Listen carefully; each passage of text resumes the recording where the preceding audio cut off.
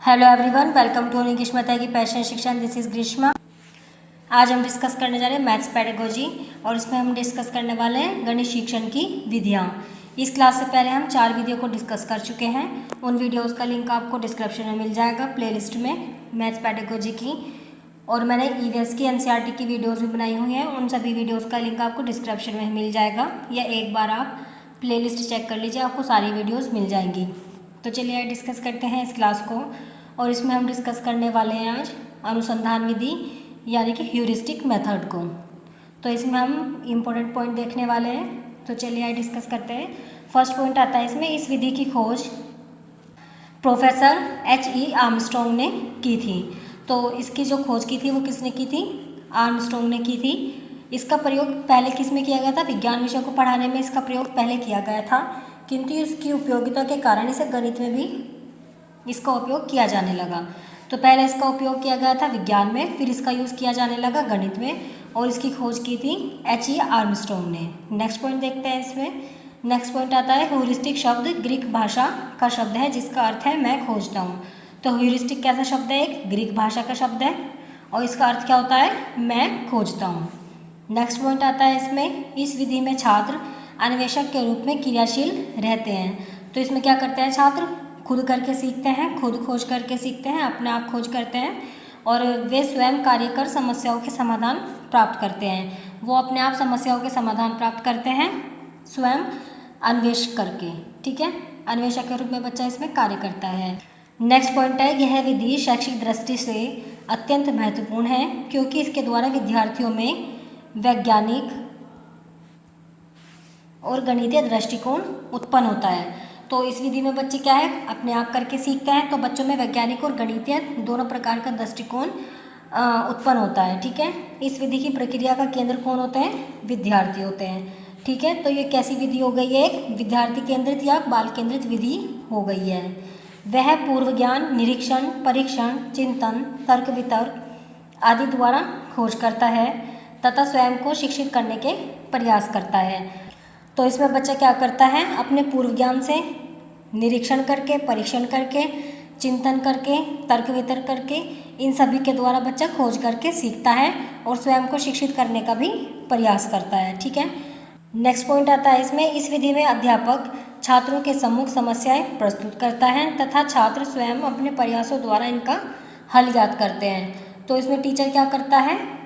समस्याएं प्रस्तुत करता है और बच्चे क्या करते हैं इसमें?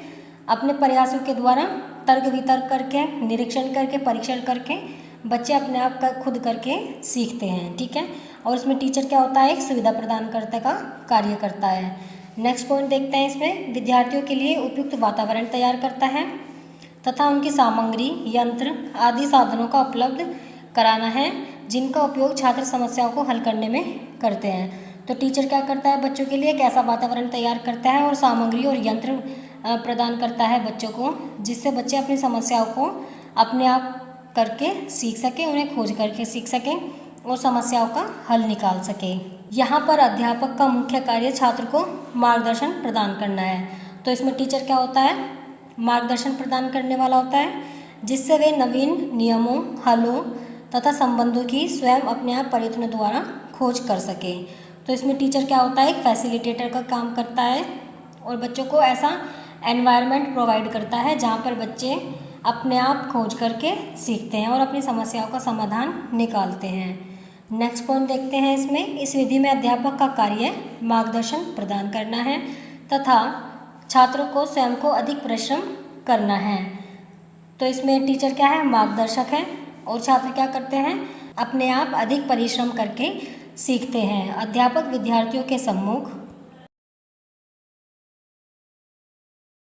समस्या प्रस्तुत करता है। तो टीचर क्या करते हैं? बच्चों के सामने प्रॉब्लम रखते हैं और छात्र अपने प्रयास से संबंधित सामग्री का संकलन करते हैं तथा उसका अध्ययन करते हैं। परामर्श के लिए अध्यापक उपलब्ध रहता है तथा छात्रों की कठिनाइयों को हल करता है और उन्हें आवश्यक सुझाव देता है, जिससे कि प्रत्येक विद्यार्थी की प्रगति में कोई बाधा उपस्थित ना हो। कि अगर इसमें बच्चों को सीखने में कोई प्रॉब्लम आ रही है तो उन्हें क्या करते हैं?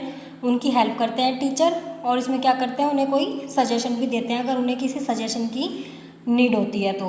इस विधि की सफलता अध्यापक द्वारा वातावरण तैयार करने की क्षमता पर निर्भर करती है। तो ये विधि कब सफल मानी जाती है कि अगर टीचर ने अच्छा एनवायरनमेंट प्रोवाइड कर दिया है, अच्छे यंत्र प्रोवाइड कर दिए हैं और बच्चे अपनी समस्या का समाधान आसानी से कर पा रहे हैं और वो खोज पा रहे हैं अपनी समस्याओं के समाधान को।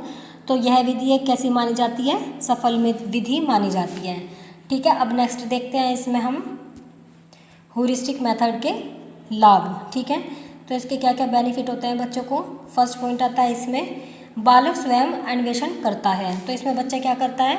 अपने आप खोज करके सीखता है। स्वाध्याय की आदत पड़ जाती है। जब बच्चा अपने आप खुद करके सीखेगा तो उसमें क्या है? सेल्फ स्टडी की आदत बन जाती है बच्चे की। ठीक है, नेक्स्ट पॉइंट देखते हैं इसमें निरीक्षण, परीक्षण, तुलना, निर्णय करने की शक्ति का विकास होता है। तो बच्चा निरीक्षण करना सीख जाता है, परीक्षण करना, तुलना करना या कोई भी डिसीजन मेकिंग करना बच्चा इससे सीख जाता है। ठीक है, नेक्स्ट पॉइंट देखते हैं इसमें इस विधि में विद्यार्थी स्वयं नवीन ज्ञान की खोज करते हैं तथा उनका ज्ञान स्थायी एवं व्यवहारिक होता है, स्मृति पर बोझ नहीं पड़ता है। तो इसमें क्या है कि बच्चे नए ज्ञान को खोज करके सीखते हैं और इसका ज्ञान कैसा होता है? स्टेबल होता है, यानी कि स्थायी ज्ञान होता है और व्यवहारिक ज्ञान भी होता है। और इसमें क्या है? बच्चों की मेमोरी पर इसका कोई प्रभाव नहीं पड़ता है। ठीक है, यानी कि कोई मेमोरी पर बोझ नहीं पड़ता है बच्चों की। नेक्स्ट पॉइंट है इस विधि में अध्यापक का कार्य बालकों के विकास की दृष्टि से अत्यंत लाभदायक होता है। ज्ञान का संकुलन सब प्रेरणा पर आधारित होता है। तो इसमें क्या है? टीचर बच्चों के विकास की दृष्टि से कार्य करता है और ज्ञान का विकास कैसा होता है बच्चों का? अपने आप अन्वेषण करके। इस विधि में बालकों को गृह कार्य देने की आवश्यकता नहीं पड़ती है। तो इस विधि में गृह कार्य नहीं दिया जाता है। ठीक है, नेक्स्ट पॉइंट देखते हैं इसमें। नेक्स्ट पॉइंट आता है ह्यूरिस्टिक पद्धति की सीमाएं। तो इसकी क्या सीमाएं हैं? फर्स्ट पॉइंट देखते हैं प्रारंभिक अवस्था में बालकों द्वारा नवीन ज्ञान की खोज करना संभव नहीं है। कि जब बच्चे प्रारंभिक अवस्था में होते हैं या प्राइमरी लेवल में होते हैं, सीखने की स्टार्टिंग में होते हैं, तो बच्चों के लिए खोज करना क्या है? संभव नहीं है।